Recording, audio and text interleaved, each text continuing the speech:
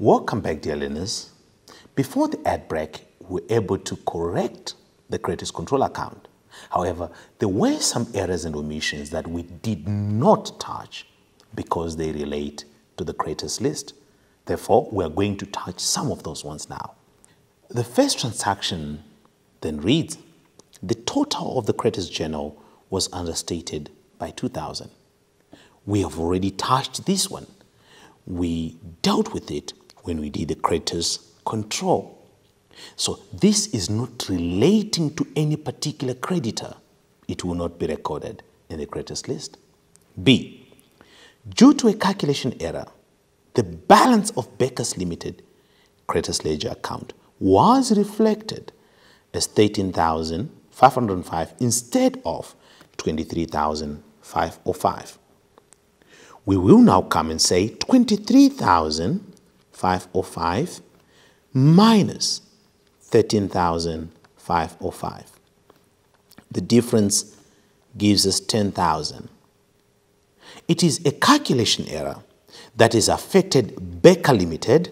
Here is Becker Limited.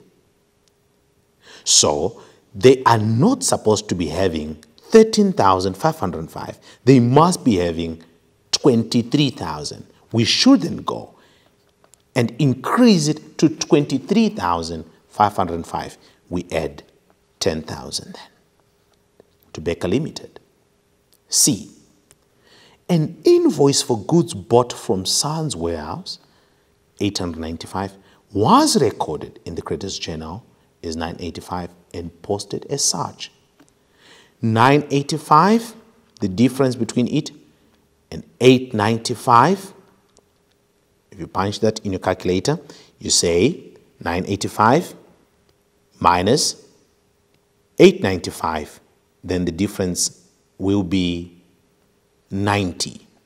It is an invoice for goods bought, was recorded as 985 and posted as such. So it was overstated. An invoice was overstated. For us to correct it, we then come to Sands and we subtract 90 for an invoice was overstated. Let us come to D. A debit note of 960 was issued to Sands Warehouse for goods returned to them. They did accept the returns, but no entry was made in the books of Bootless Traders for this transaction. If goods have been returned, therefore, they should be recorded. However, this was not recorded at all. And returns, we subtract the returns. So I'll come to Sands Warehouse and I'll say minus 960. Let's see more errors and omissions.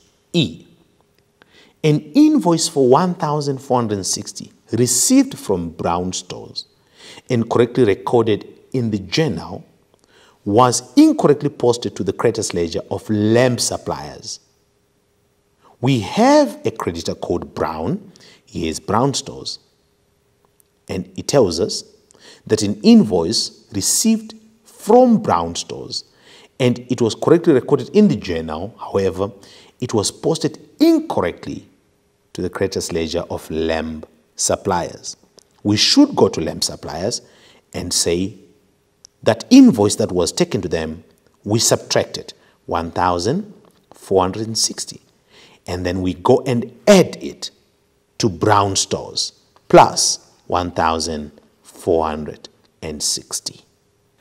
Information F, and it reads, the creditors control column in the CPJ included an amount of 2,120 paid to ZZ distributors for cash purchases. If we go back to the list of balances before we even had the errors, you will find that Brown Stores and ZZ distributors are on the debit side of the creditors list. Hence, when we come here, they must therefore start with a minus, as Brown Stores is a minus, so ZZ distributors must be a minus. Why is this so? It is because ZZ distributors is not one of our creditors. We are buying goods from other creditors, and in this case, we made a mistake whereby we have ZZ distributors in the creditors control column of the CPJ, yet we bought goods from them on cash.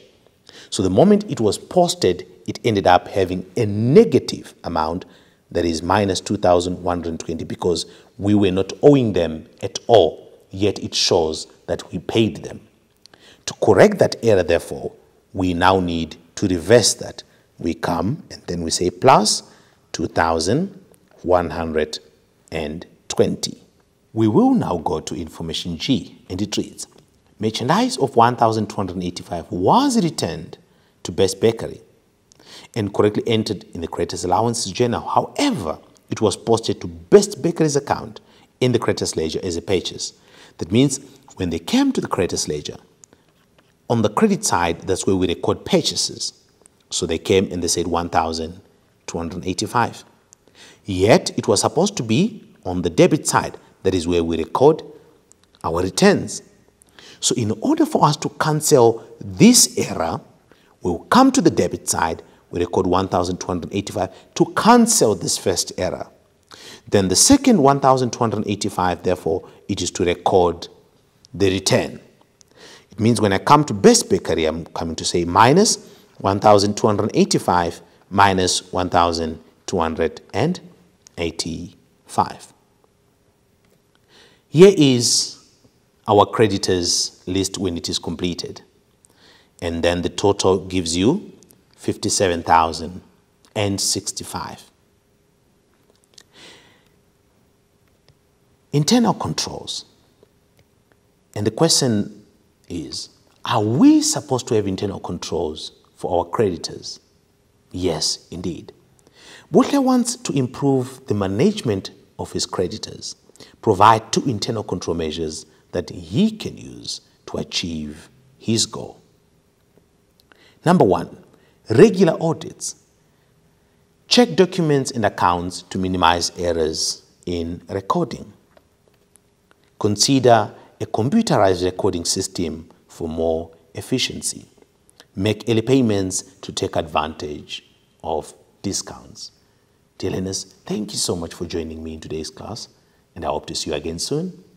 It is goodbye.